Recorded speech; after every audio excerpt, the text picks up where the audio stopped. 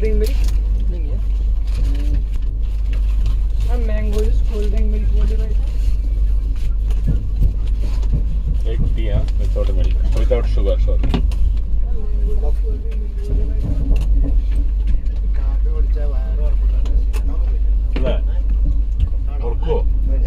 എനിക്കൊന്നും അതേമാതിരി പോയില്ല. കേക്ക് വിത്തൗട്ടാ മഞ്ഞ കഴിക്കൂലാണ്.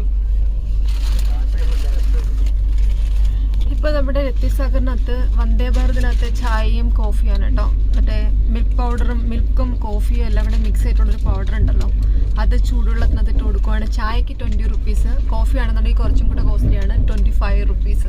പക്ഷെ ചായ വായിൽ വെക്കാൻ കൊള്ളൂലെന്നാണ് ഇതുവരെയുള്ള ഒരു എക്സ്പീരിയൻസ് അല്ലേ?